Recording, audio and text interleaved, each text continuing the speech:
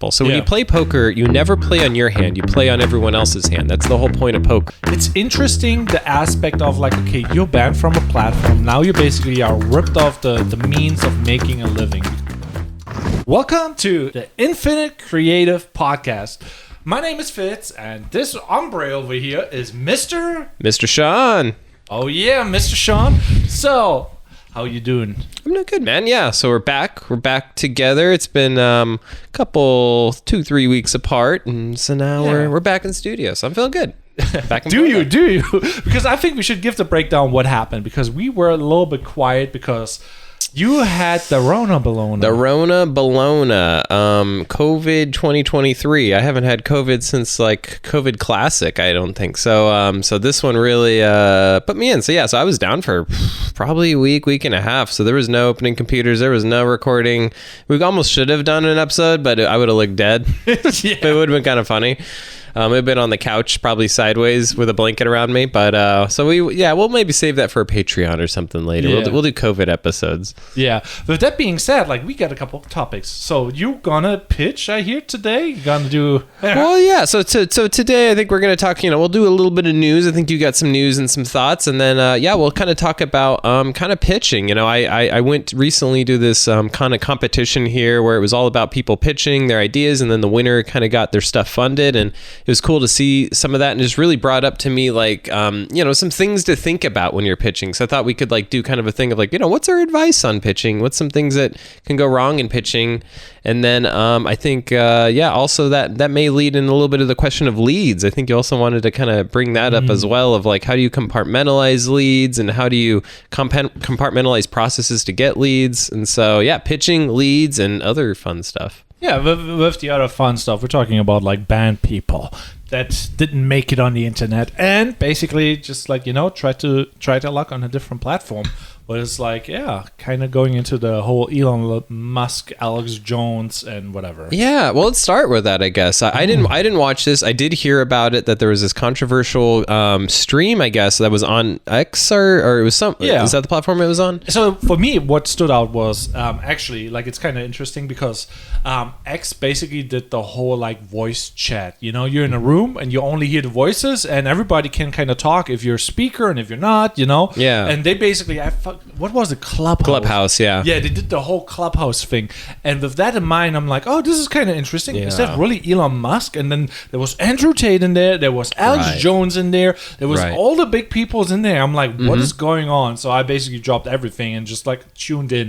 It was a little bit odd, to say the least. Oh, yeah. I mean, it's crazy. You get all these like explosive people in one room. Like, what are they even going to talk about? So what did they talk about? What were they even? It was like kind of interesting because it was like, first off, the intro was a little bit mumbo jumbo rough, because if you're like a regular person and you're just like, okay, this is conspiracy stuff, this is like crazy people stuff, you got hit right with it, like from globalists about the elite trying to like, whatever. And then there's Elon Musk in there being like, yeah, I'm pro-human, and that was kind of like the whole reason about the whole thing, like talking about globalists and how humanity can afford more humans on the planet.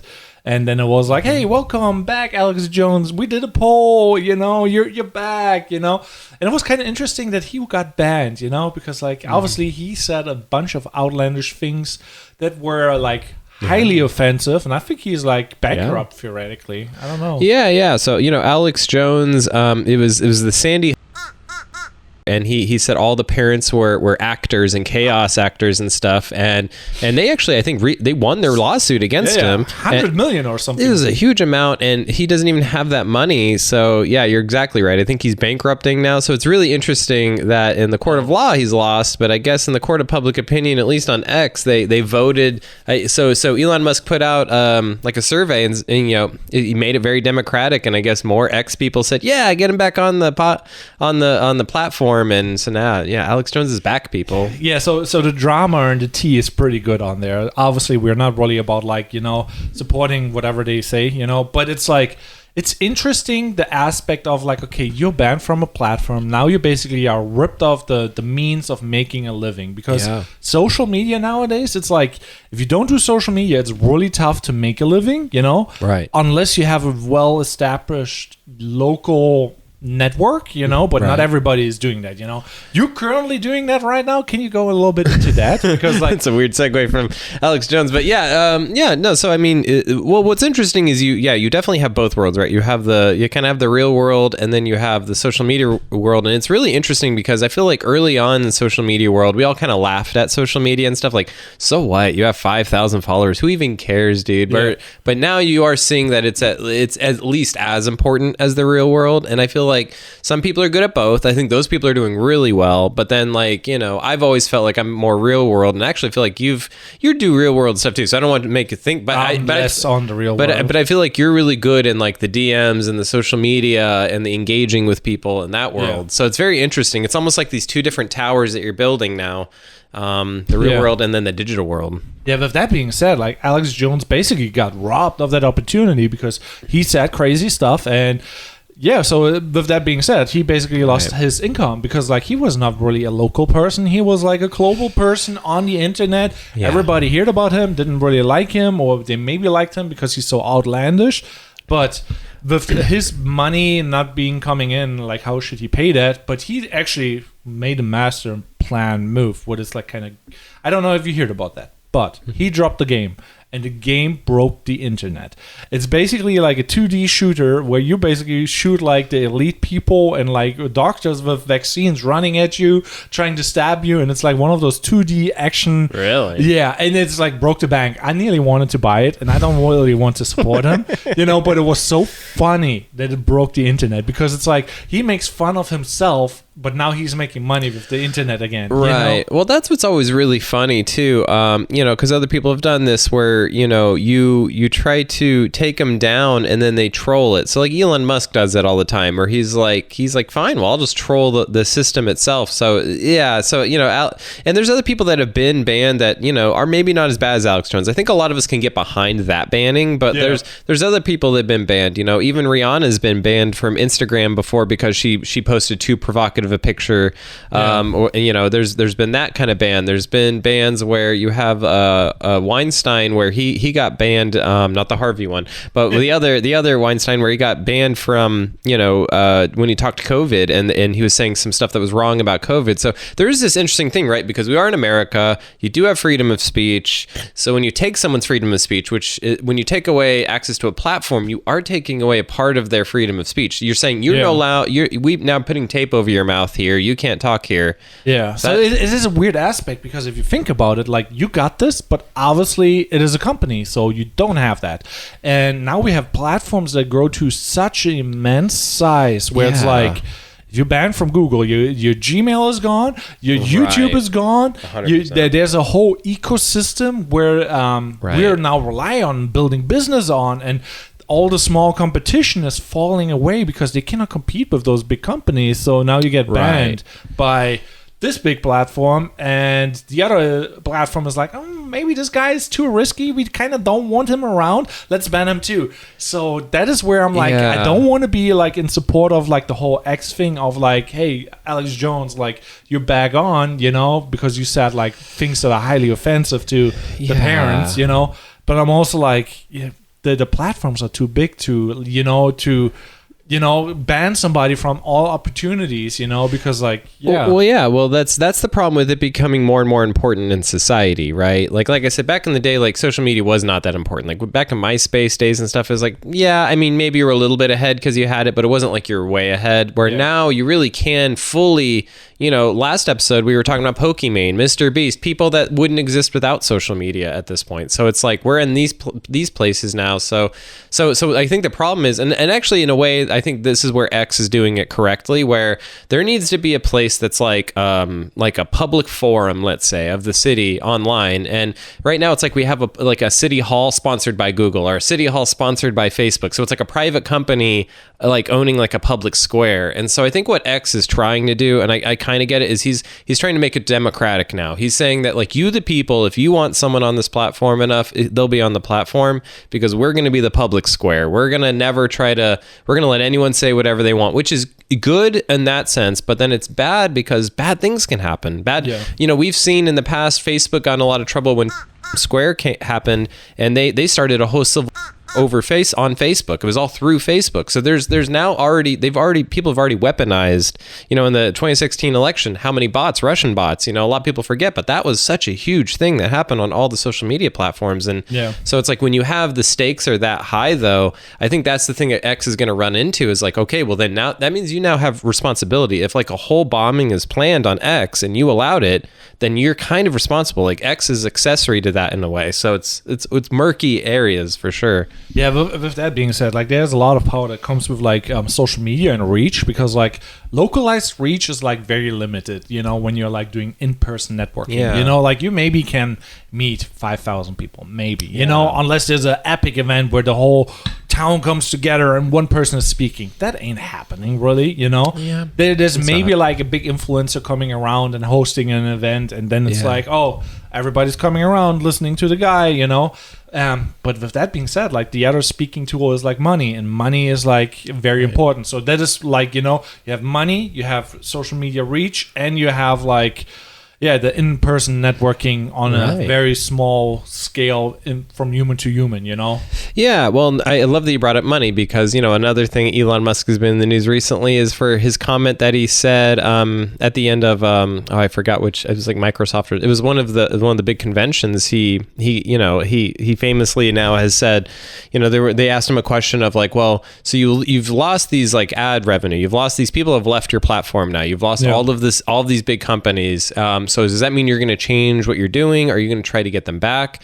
And he was just like, if you are trying to influence what I say through ad dollars, then go F yourself. And he said again, and he said it again into the mic. He's like, and I'll say it again, go F yourself. He also called out the guy, who from Disney. What was his name? Bob Iger. He's like, I think Bob's out there. Hey, Bob. And it was really funny, but it's interesting because you're right. That's this. At least he's right when he said like, the internet is run off of ad dollars, and a lot of people forget that. There a lot of your websites would not exist without ad dollars. Facebook would not exist without ad dollars. Even Google, to a degree, would not exist without ad dollars, because these are servers. Someone has to pay for the servers. Someone has to pay for the bandwidth, the electricity, the employees.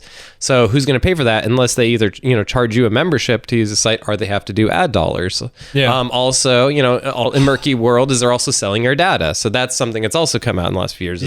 I kind of want to go back now onto like, how you have your social media following and you have your real life following, like your connections, your network, and then there's money involved, and that money and is like highly correlated of the quality of people, so if you're like in person, you meet like, let's say a CEO, and you maybe know like 5 people, one of them is a CEO, so your network is more powerful than, let's say, 10 bums and they're on the street and they don't do anything, so you have more power in the smaller network in person if it's high quality. And it's more powerful because with money you can move and affect things, versus like, okay, now you have 5,000 social media followers and they're all about drama and none of them actually do anything like meaningful, so there's the in-person can be like really disappointing, when you do the grind and you're like, you're going to events and you're meeting people, but you have to think about what type of people you meet, because like it's not all equal, and if you do like, let's say you have a small social media following about high quality people, it is way different, so there's an aspect and a strategy to the madness and how you can approach things, what is like very analytical, I think.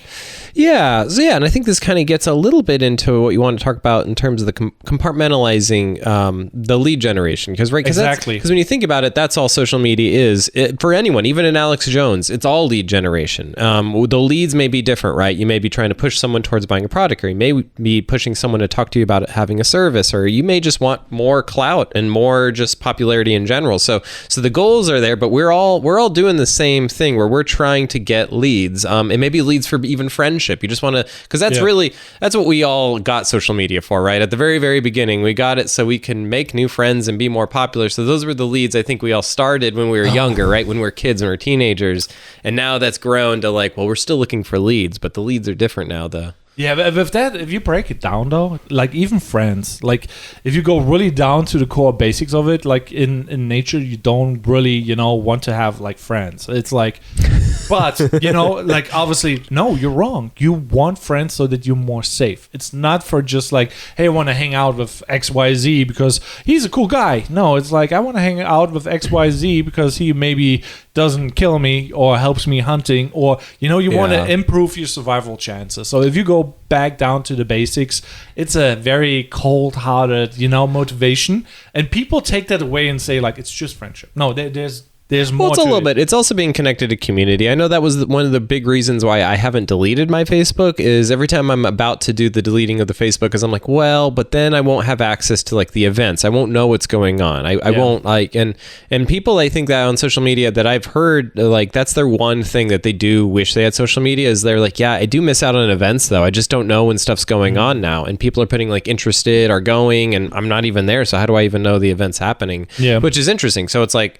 Because they're town squares, and so it's like if you don't go to the town square, you have no idea what's going on in town, and then exactly, and so it's really weird because it's like everyone's being forced. Like, so I know there's people out there that have kids that are like, I'm going to make sure my kid at least doesn't get social media until they're older, which I think is smart. I would do the same if I had a kid right now. I'd probably wait till they're early teens, but I would tell them you need to get social media in your early teens, and I need you to do it because there is this other world now, this digital world, that if you don't build up the followers, if you don't build things up now, like even I'm running into it where I have low follower counts, and that's because when I was younger, I didn't put in the time to like build up this base. And there's people I see that have like, they have thousands of followers and they don't even have anything they're selling or anything they're doing. And I'm like, you could just activate those people now, but you've been building them for a decade or more now. Yeah, I kind of see it like in a weird light. I feel like there's people who would be good, living in the woods by themselves, like for eons, and maybe just meet somebody for reproduction, and then they go back into like, reproduction. Yeah, so scientific about it. And then you just like basically go back, into your shed and you grind it out. You maybe have a wife, and and it's more risk for them to be in the social environment.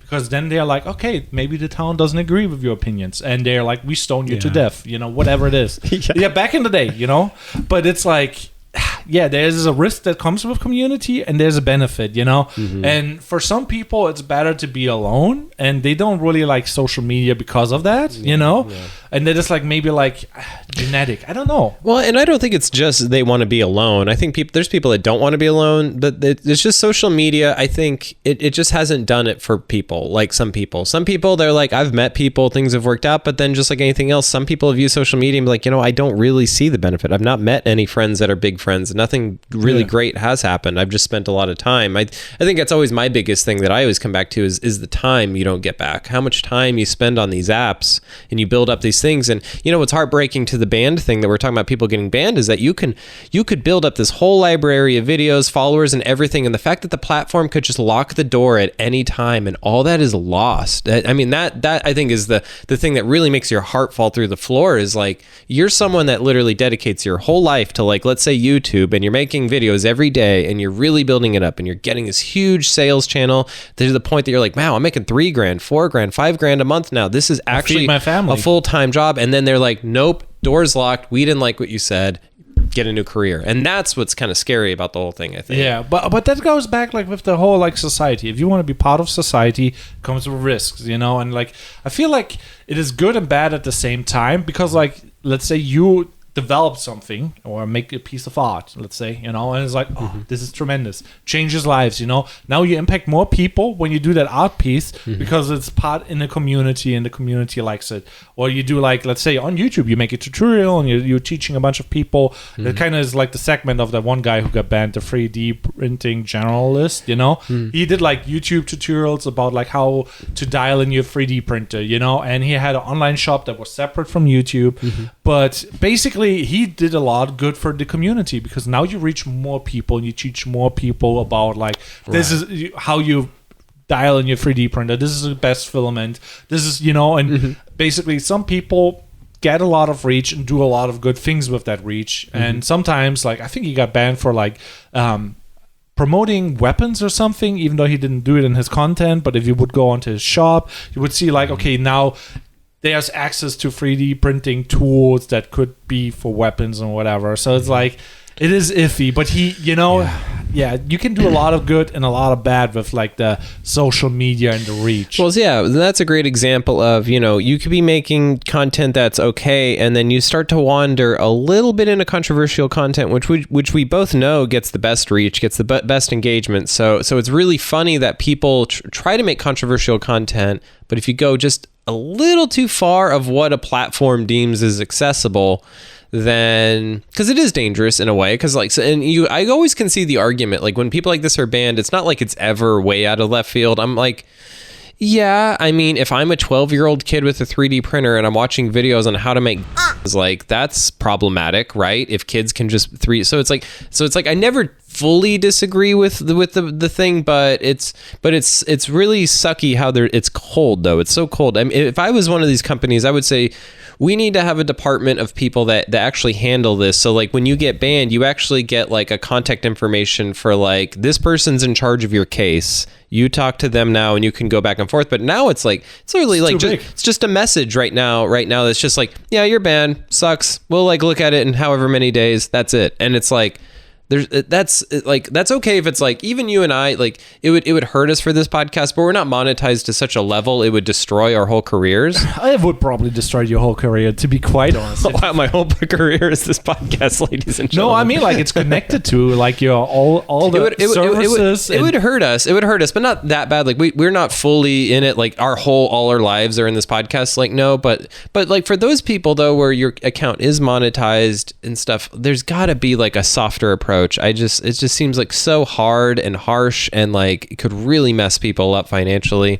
I don't know if you understand like the reach that a ban has from YouTube just alone. You're basically getting banned from all YouTube services and all Google services. Yeah, what is like there's no file that is like being accessed by a person, and there's a like review process if you're small. So if you're small, you're basically losing your Gmail, everything that's associated with it, and that can throw you through a doozy. It's scary.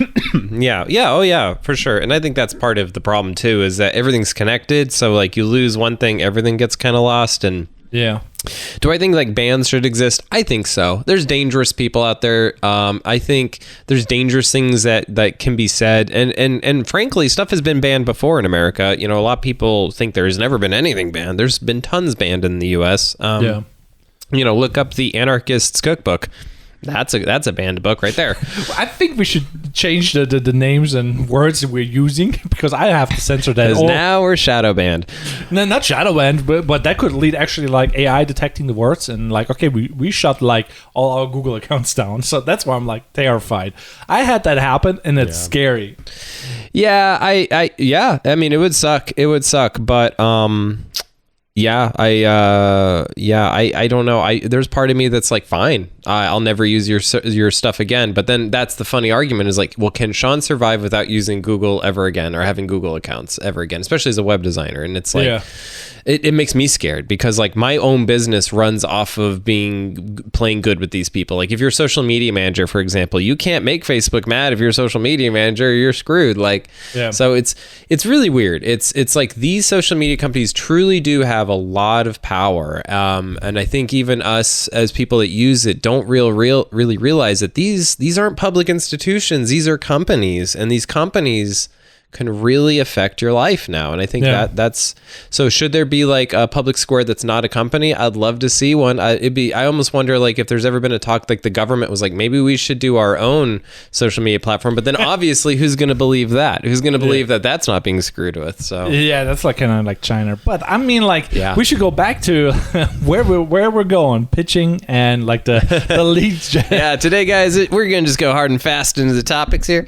So we're leaving banning. And so recently, I guess where this came from for me was this week in St. Pete, that there was an event that was like a pitch night. So it's like, so for people, think Shark Tank or something like that. You go in front of people. So instead of just the judges, you have like 4 judges, and then there was like probably 400 people in the audience also like watching you. So pretty nerve wracking.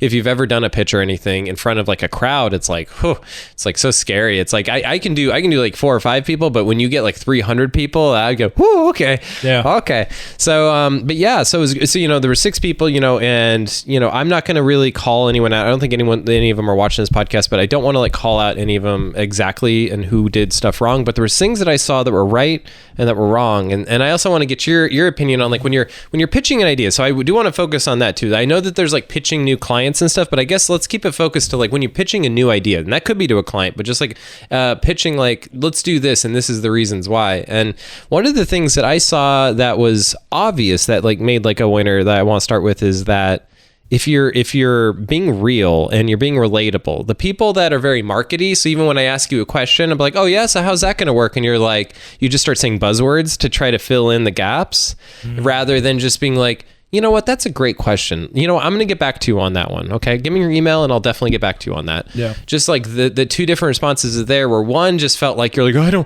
I don't, reach and engagement and paid per click. And you just start saying things. People like, that didn't really answer the question that I asked.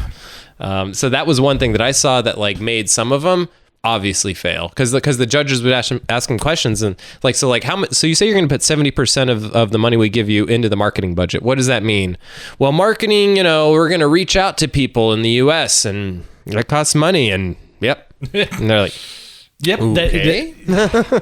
I mean, it kind of goes back to being prepared, and like some people are not really prepared for, whatever they want to do. Like, let's say you want to start a new business and you'll say like, I'm going to do this and I have a business plan, but you had never really, done it beforehand. And now you have a business plan, but you don't know how to run a business. Right. And it's like, you're just saying buzzwords because like you think it maybe should work and that's what everybody else is saying. Right. But there's like the obviously being true to yourself and knowing what you know. Like if you say like, I think I need advertising but I'm not sure, that would be more understandable. Honest. Human. Yeah, but, human. Yeah, with that being said, like you kind of should like be like, okay, we're probably going around and trying to do more promotional material for our project because we think it will do X, Y, and Z for us, and with that we can do X, Y, and Z. And not saying like we know we need that. It's more about like I think we need this because we need X, Y, and Z. Yeah, and I think so it's exactly, it's like this kind of being more human and you don't have to have all the answers. I think that was one of the biggest things, and I love that you said that like you would think people that have plans. And so for me, it's like I think about poker, for example. It doesn't really matter what I have. It actually matters more what he has. If he has something but he thinks that I have everything, then I win the hand. Yeah. So I think of that too when you're talking about pitching, that you need to like. You kind of need to not play so much to your hand. You're actually playing to like their hand a lot more. So like you're trying to like understand where they're coming from and why they're asking questions. And you can plan ahead. So if you're going to give a pitch, it's always good. Like, and so like, even to bring it into like a creative freelance world, right? You have to pitch a new idea. You're doing a project. You just realized we could really make this project go to a new level if we do this new thing. So how should you do that? Well, the first thing in the whole process is I would find that what are the questions they're most likely are the reasons they're most likely going to have to not do it. So you tell them this pitch. What are the 3 to 5 things that they're most likely going to bring up? They're like, well, but how much is that going to cost? Or like, well, but we could do this. And if you can plan ahead, that's where that planning comes in. Then when they bring it up, you're like, you know what? That's a great question. I'm glad you asked that. So this and this, and they're like, oh, okay. So you've already kind of like, but if you don't do that, if you're just like so focused on like, I just want to tell them how good this pitch is, and you don't even think about what the reply is going to be, then you're not ready. Then you do the pitch well, and then they're like, okay, here's a good question. And you're like, I don't know. So, I mean, like with that being said, it goes all back to like how much do you actually know about like the thing that you're doing and how it could help somebody. Like there's people who are like really good with like, let's say, websites or videos or whatever, like just naming the things that we do. But it's like, what do you do with that? If you don't have like really like a game plan and how it can benefit somebody, because there's a lot of people selling stuff and they don't use it themselves.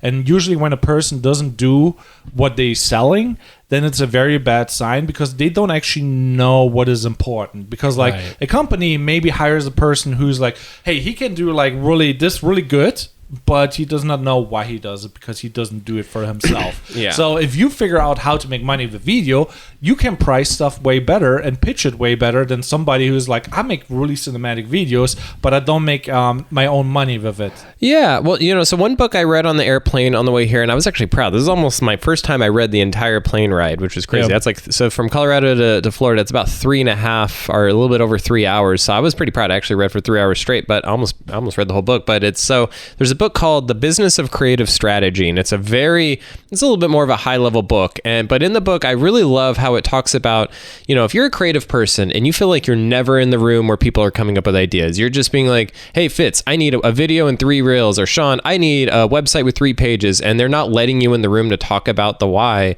How do you do that, right? And I think one of the biggest things that you need to think about as a creative that in this book talks about is that you need to think about business goals, not creative goals. So when you come to things like, let's say in the videographer world, let's say I just call you in. I call in a videographer, and I'm like, hey man, so we have this website. We need to have an explainer video, kind of talking about the CEO and stuff. So then that's when you're like, okay, cool. So what is the goal of this video, I guess? So when I watch this video, where do they need to go after the video? And I'm like, oh, that's a great question. So we actually need them to then go over to this form and fill it out. And you're like, okay, cool.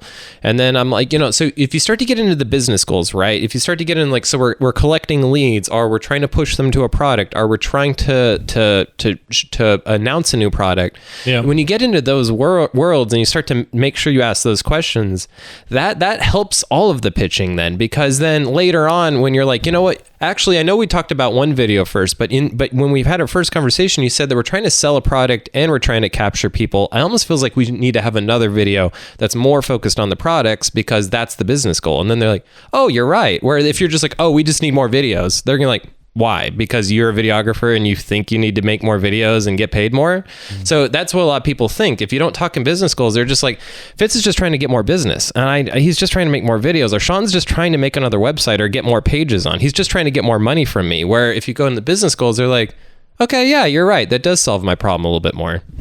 I mean, like it is highlighting more about the business, because some businesses, they don't have those goals that you mentioned, and they just want something because they think they need it, mm-hmm. and they don't know why. And then they also cannot value it, because like if I want a website and I know how to run a website, and let's say I'd use it for let's say advertising, and there needs to be a call to action on it, and I know how much money I can make with it, because I have past experiences, I kind of know how to value it and put a priority on it, and I can basically hire somebody and tell them exactly what I want, how I want it, and why I want it. And if you're just like a beginner, you probably don't know any of that, and then it comes in where you're getting pitched, because if you don't have an idea, you need a pitch, let's say you never done videos, you never had a website. Pitches are for those people in my eyes. When I never done something and I don't know what to do with it, mm-hmm. I need a pitch that I believe in this thing. And I'm like, I need to know all the benefits, what it can do for me, how I can use it, and maybe need an upsell of hey, if I have a website, I actually should do X, Y, and Z. Mm-hmm. I know people who want video, and they don't even know how and what to do with it. It's like you're getting no traffic because you're getting reels and you're making tutorials, and you have nothing to sell. All I can do is I can make a video for you, and you maybe lose money on it because you're paying me, or you monetize it and you figure out the back end.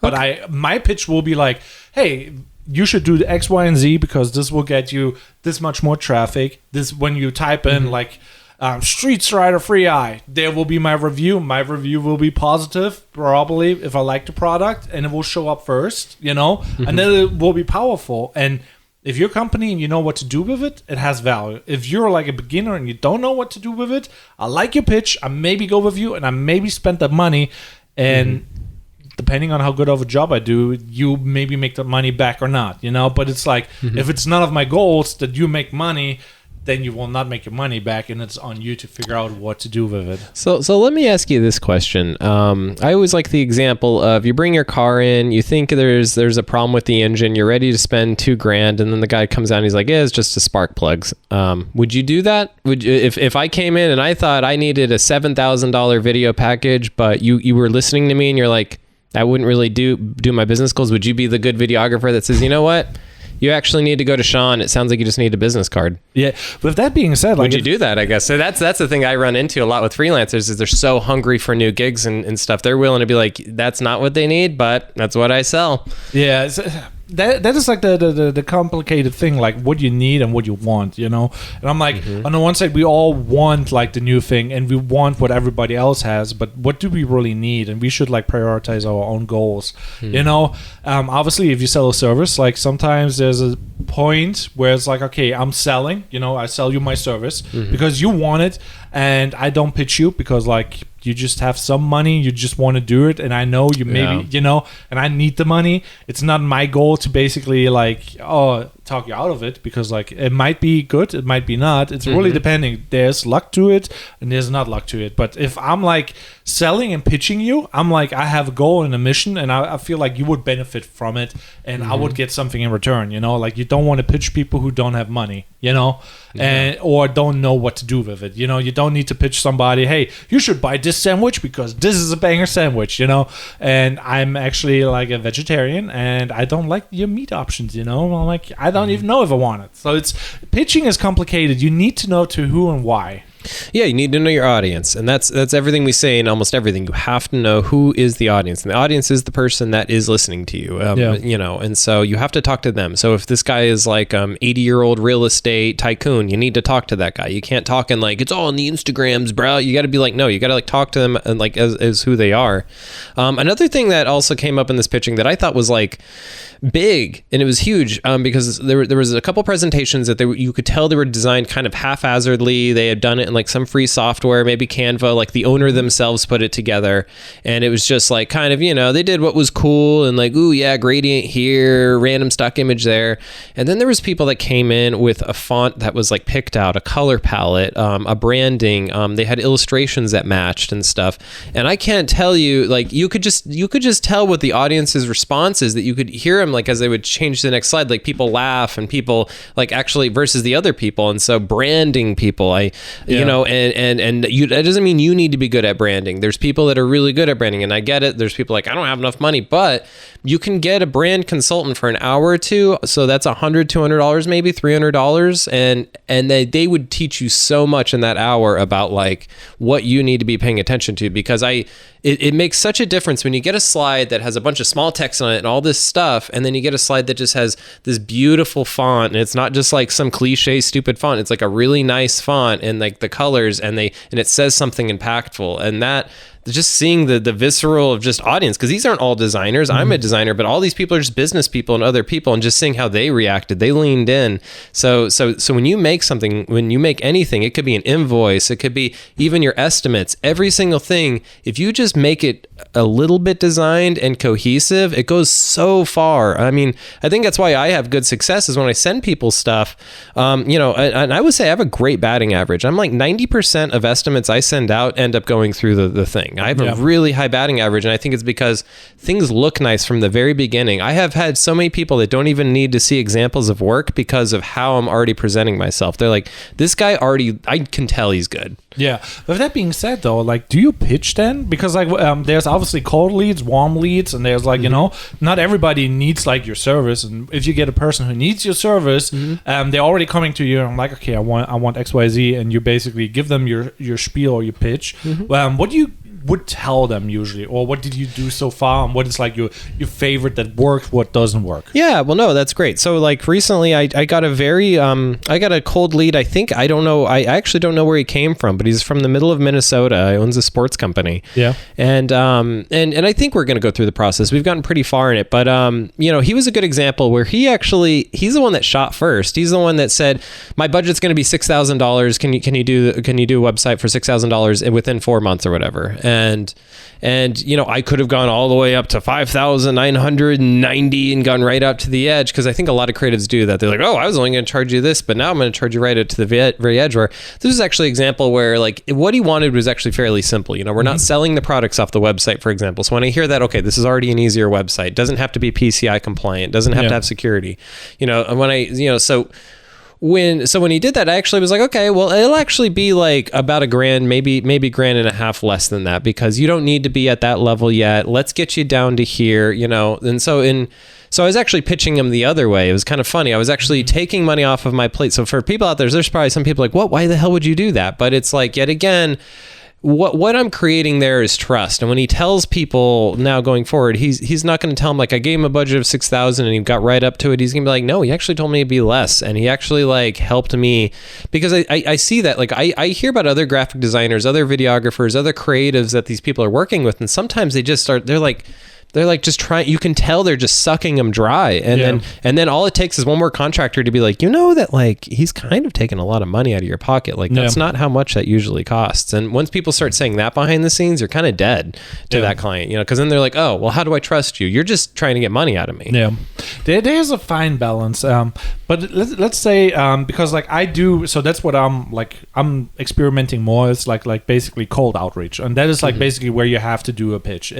There's no way around it, and I basically usually say who I am and what I do, and I usually do what I'm what I offer to other people is what I do. I make my own content, I make money with it, and doing certain things, I sell my own products, and like I know what to do with the traffic, I know how to generate the traffic, and I know how to film it and do stuff with it.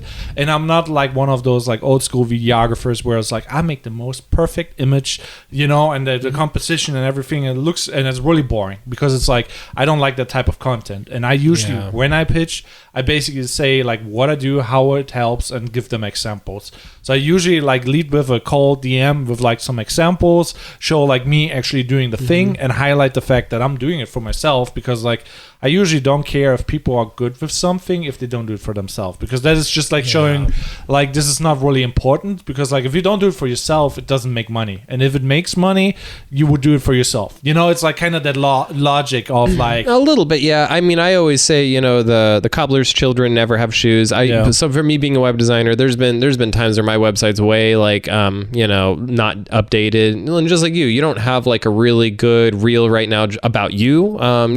So I agree and I disagree. If you're really busy, you don't have time to market yourself, and that's a good problem to have. Like, because we've been there before, where you just have like 5 or 6 projects going. You don't have time to, and maybe that's a cop out. Maybe you do have time still, but like if you're busy, you're not necessarily doing your thing for yourself, and you're not even your target customer. Like that's what I think of myself, is I'm not really going after poor creatives like me. I'm going for the people that are building businesses, have money, have seed funds, have actual like. But I mean, like the core example still stands. Like it's like you need to highlight the fact, like obviously if you don't if you're a good designer and you're like you don't have the money or time to work on your own stuff, then it's a long treacherous way of like trying to make it as a small creator or artist or whatever.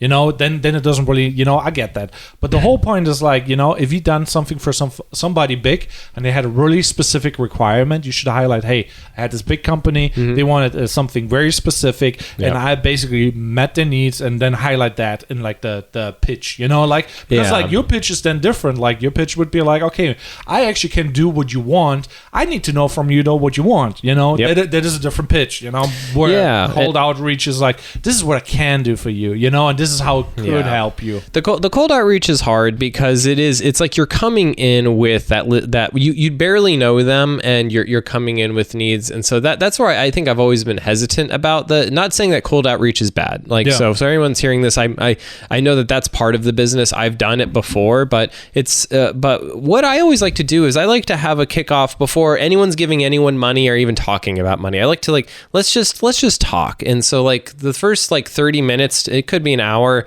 where it's a meeting where we're just talking about what exactly is this. And what I do then is I build a creative brief, and so for anyone out there, you should be, if you're not doing this already, when you get a new project, a new client that comes in, you should already be putting together a brief. And this brief should be a template that's getting better and better and better over time. But because there's certain questions that if you don't ask, really mess up the process later, and basic ones, budget, timeline, but also like things like, what is the scope of this, right? If it's a video, okay, one video, but but what's in the video? Are we talking about people being in the video? Are we talking about this having to be outside? Are we talking about this has to be in another city? It's not here.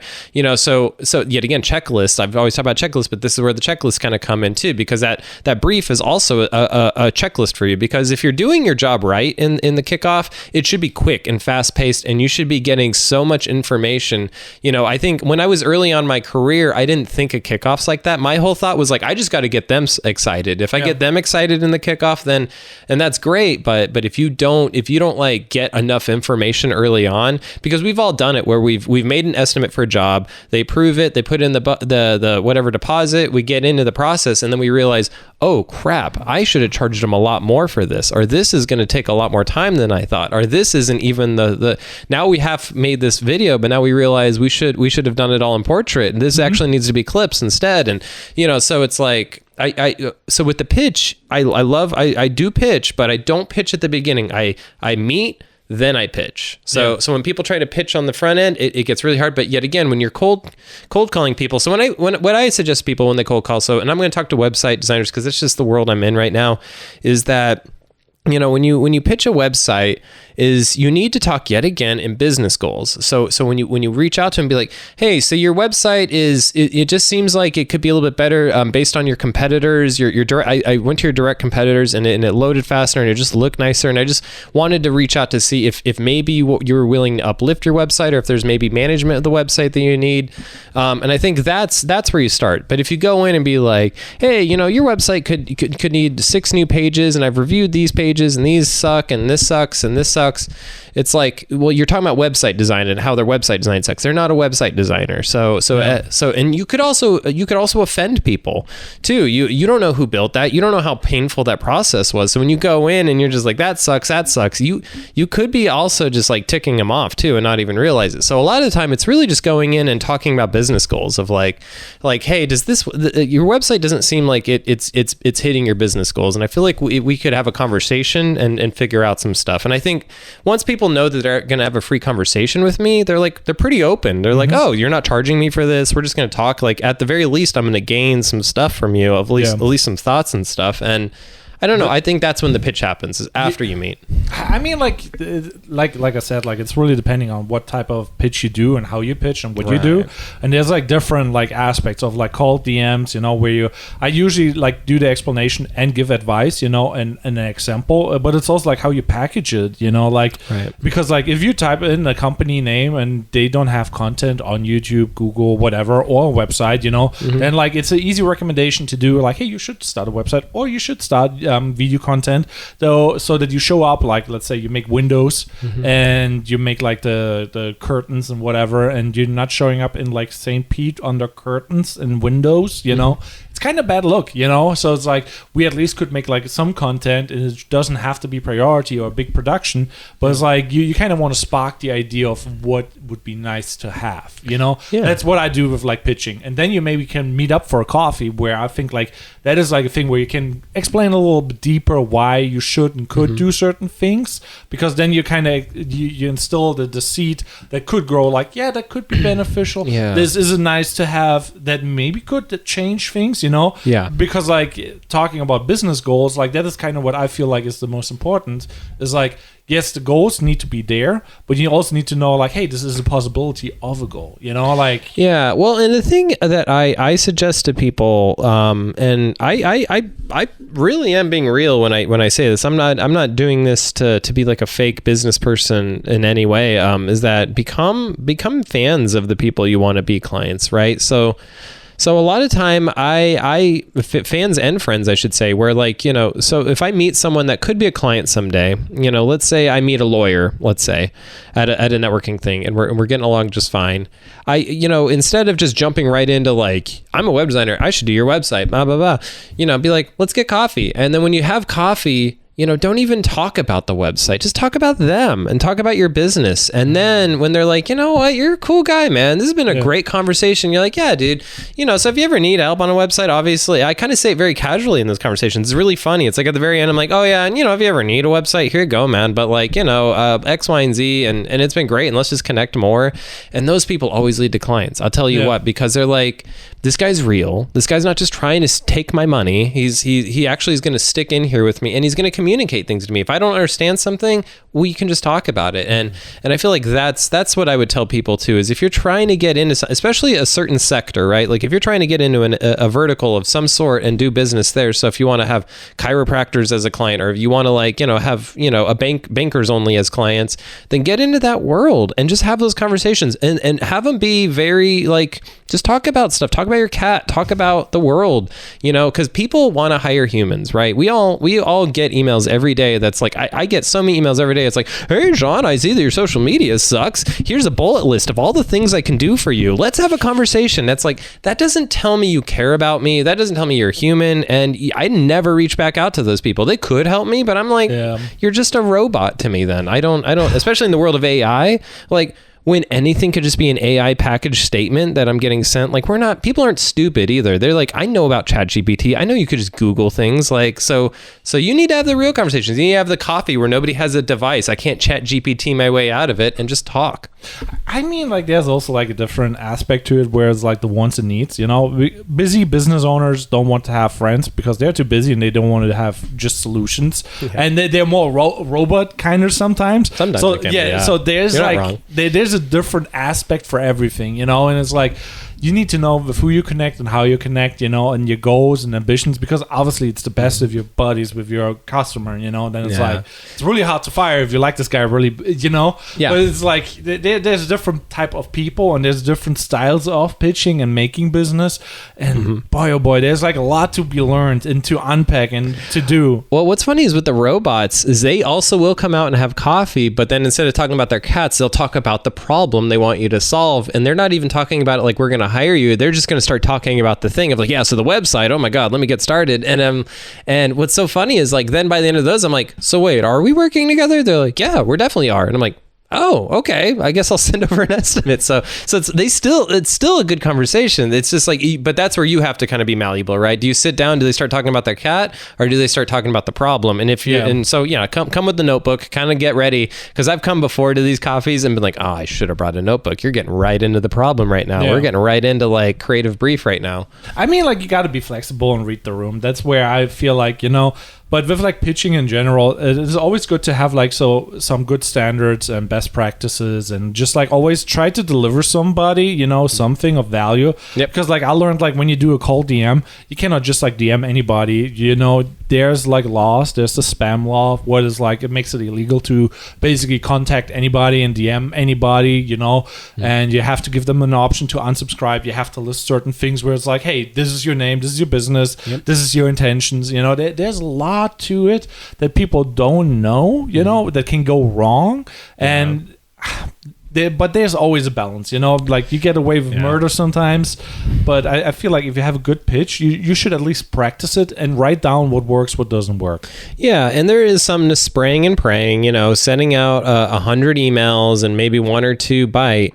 But get the metrics up. You have to. If you're going to market, then you need to act like a marketing director. And what does a marketing director do? They look at metrics, and if the metrics aren't getting better, then you have to change the process. And so that would be the only way I would say too, is if you're cold emailing people and you're not getting barely anything for it, then you have to improve the process, right? And a lot of the time it's the less robotic the better. Don't send an email with bullet points of all these buzzwords and things. Like that's not it at all, because yet again, I'm not a videographer, I'm not a web designer. Like talk to me like a person with business goals. Be like, hey, I saw this and this could maybe solve your problem. Are you willing to have coffee, or just a quick small, and that is the big thing too, is like when you make these initial things, make them small. 30-minute meeting. People are a lot more comfortable with the 30-minute meeting. If you put a whole hour in their schedule, I've seen so many people not comfortable with that, where they can't fit that hour in.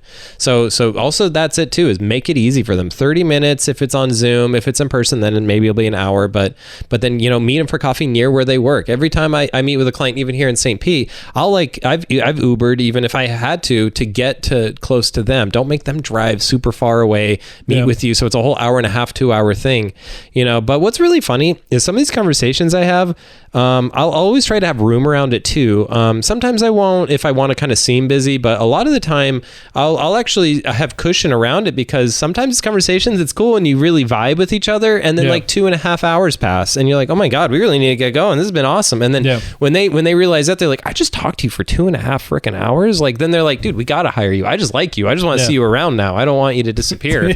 And that's the people you want. Is like, dude, I just want Fitz around. Let's just get him on the payroll so I get to talk to him once in a month. Yeah. So it is obviously, pitching is like really complicated. I think like the best thing that I learned about like pitching and sales in general was like with Chris Do, and I think you recommended that even. Yeah. Well, back in the day, like 2, 3, 4 years, I think. Oh yeah, 4 years ago or so. It's crazy. Yeah, and he I don't want to misquote the author, but he's always using the manifesto of not pitching, which I probably just butchered that title too, but and I think it's by Blair Eanes, I want to say, but anyway, it's like, so the whole idea of it is that you shouldn't have to pitch, and so that's always actually Chris Do's thing, is he's actually anti-pitching. His whole thing is like, get good at something and then be the Dixie cup of water in the desert. They'll come to you if they need something. They'll come to you. If you have enough marketing stuff out there, you have like a podcast and you have like social media, and you're just doing good work anyway, they're going to find you. You just have to make it so they can find you is the next thing. And I think that is true to a degree. You know, I've kind of seen now that this is only after a decade or more of doing stuff that I can kind of lean back sometimes and let my network kind of work for me. Like, I don't even have that great of social media presence. I don't even have all that stuff. And I still have people that just are kind of working for me out there. And those are the people I like to prioritize. Cheerleaders. If you can get cheerleaders, you're set. You can sometimes be set with just one cheerleader, but if you can get 2 to 3 to 4 cheerleaders where they're big in their own business. So for me, it's like, you know, PR people are amazing. Communications people are amazing. Marketing managers are amazing, because they're just like, they're getting all that work, and they just need you to take it. And those are the people you also need to try to get into, is just these people that they'll do the work for you. Like, they got too much projects anyway. Yeah, if you find them, that's the hard spot.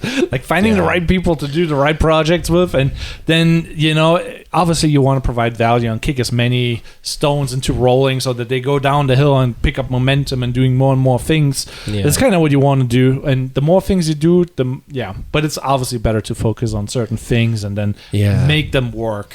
So and then you know, other things I think I learned from this pitching thing. I think just in general, it's just being very simple in what you're asking, and simple in like what the whole point is. I think I sometimes mess up where I get too convoluted, too complicated. Get the message to be simple. If they need X, Y, and Z, do just talk about X, Y, and Z. I think we get in trouble because us as creatives, we get excited. We're like, we came for videos, but now we're talking about social media, and now we're talking about 3D printing, or we're now talking about this, and they're all things that we can do. But if we're not focused on the thing, then they leave the meeting and they're kind of in this like, I don't know what we actually talked about. We talked about like 8 different things, and that's actually what you don't want, I've found. You want to really keep it very focused, a very focused conversation, because the more focused you are, the more comfortable they end up feeling. Because if they leave the meeting and they're like, God, that was like ADD crapshoot everywhere, then that's how they kind of think of you, is that like you're kind of this ADD crapshoot. Where I found that like if the meeting's about I don't send out agendas. I will sometimes if it's like a team that we're meeting with. Let's say I'm going into a company, so corporate, and I have to meet with like 8 to 10 to 12 people. I definitely will send out an agenda, and it makes you look good to business people, because it means that you're honoring their time. You're not going to just come in and be like, I don't know, what are we talking about today? So I'll do that. But when it's just 1 or 2 people, no, I won't do an agenda then. But have your own agenda if you have to. I'll definitely behind the scenes have like, I'll have bullet points of like, hit this. Like, I mean, with that being said, like that's like usually like you have to have clear goals. Like if you have a goal, then it's easier to communicate and sort out. Do you even want that client? Do you even want that connection? You know, like at least make them aware of like what you do, you know, and that's like, it doesn't have to lead to anything. Like you will be back in the head of like, he was pitching me on this and I don't need that and I don't care, you know, that's fine. But like 1 year later, oh yeah, wait a minute, I kind of need that, you know, then you come up in mind because like you had that in-person connection. So it's always good doing like, you know, the meeting and doing like a 100%. You know, a meetup of some type and be like, hey, this is how I could do or what I should do for you, or you know, like just laying it out there and being like honest, you know, don't fake like, hey, I want to be your friend, but you kind of want to like sell something, and then you know, it's like being honest and true, you know, and everybody's different, so kind of just be you and just like have like an agenda. Yeah, but also, like you're trying to find a partner too. So just thinking of it in those terms, like you don't necessarily have to be friends, but you want to be friendly with all your partners. You don't want any partner on your team that you don't like. So it's like, so I kind of just treat it like that, like almost like if I'm hiring them. I sometimes think of that, like you're hiring the client too. So I almost like to think like, welcome to Sean Craig Creative. Maybe you can be one of our clients. Let's see. And just being like really nice about it, and leaving things open. I think that's the thing, is if they start to feel that you have tension, that you don't want them to leave, or that you have to have this work, then that scares people away quickly. So I think in general though, the pitching, like I said, the biggest thing that stood out to me was just like, be real, be human. The people that could get the audience to laugh, they won. That's how it works, is like, be real, get me to laugh, get me to get my guard down, then I'm like all in, I'm listening to you. But all of us now, especially in the digital world, we all have walls up now. We're all like, I've been taken advantage of, I can see things going bad, I know people are after my money. And so when you get people to be like, you know what, this guy's just a cool guy, or this girl's like a really honest, like super cool girl, like, I think when people like think these things, they're just like, then I trust them. I don't like, that all my new clients have been getting recently, they don't need to see, I always have examples of websites kind of ready to show in some of these things, and they don't even want to see them. They're like, no, you're fine, I trust you. And that's it. That's the biggest thing. So with pitching, you're not pitching your work, you're pitching yourself. And I think that's the biggest thing to remember. You're pitching yourself. Yeah. I mean, that makes a lot of sense. With that being said though, what else is popping in Sean's world? Oh, Sean's world. So, I'm going to be in Florida now more full time. I've been making some connections. I'm not quite ready to announce them because there's nothing too solid, but getting in the world of education now a little bit, going to be like maybe teaching some workshops and stuff in the new year, and kind of getting into that world of like, so it's going to be helping other artists, which is cool because I've kind of found that could be something that's very helpful, because like artists really feel like they don't know how to sell their art online. If you talk to any artist in a gallery, they're going to be like, they may use Etsy or something, but a lot of them don't sell their art online. They don't know how to make a website. They don't know all that's involved. So I'm starting to kind of get into that world of like, well, how do I teach? I have all of this. I've like 15 years of like design and branding and web design experience. So how can I get that to artists? So that's coming up in the new year, which is cool. I'm excited for that. That's powerful. And new year, new me. So you got any New Year's resolutions? For me, it's just to enjoy stuff more. I think that's the big thing that I've kind of realized this last year, is it's been a great year, but it's really a lot of like letting go. I think a lot of us, a lot of people just in general, we hold a lot of stress, and we don't even realize it, that we put up all these expectations, and the expectations make us stressed and make us sad and make us feel.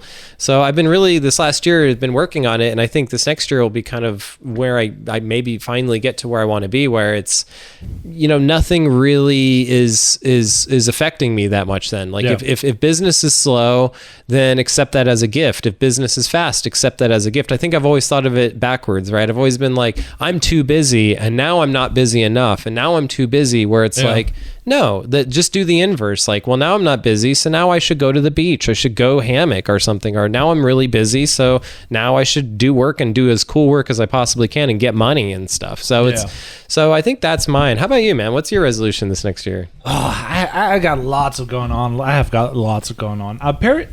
Personally, I kind of want to improve everything. Like I'm like very in this grind mindset, and like trying to learn as much as possible. Yeah. But I'm like, I kind of want to go back to the basics. Like.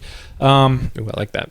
So it's more like about, I need to learn and get certifications for, like, let's say the drone certification, so that I can get that started. I'm pushing that around since forever, because like the liabilities of having a drone and being licensed or unlicensed is too big, and I don't want to deal with it. So I was like, I'm not gonna do it. I hire somebody else doing it. I'm like, I just need it, and just like this economy is like kind of scary, to say the least. So I'm like trying to prepare of like, okay, let's raise the skill level, let's raise everything, let's improve all the systems, like let's be more systematic. I learned a lot from like from connections that I made, and I'm like, I feel like I kind of figured it out, and I'm like, I will have a big momentum going on next year with like, if I implement those things that they teach me, and I'm like, I want to do that. So I'm like, okay, but I need to build the basics, and I'm like, I think I learned it, I just need to implement. Yeah, so it's like you're almost all the way there. You just need to wrap it up. You need to just put a bow on it. Put a bow on it and do actually physical work. And I'm like, Yeah, no, that's cool. I think that's a great new goal. Yeah. Well, cool. Well, anything else, or ready to wrap this baby up? Yeah, let's wrap it up. I would say thanks for listening to the Infinite Creative Podcast. My name is Fitz. You're not website guy. I'm your videographer and social media guru. And my name is Sean. Not a videographer, but a great web designer and brand strategist for people. But yeah, thank you everybody. Like, subscribe. We're on Spotify. We're on Apple Podcasts, and we're on YouTube. So thank you everybody. We're on all the tubes. On all the tubes. Yeah. So with that being said, have a good one. Bye everybody.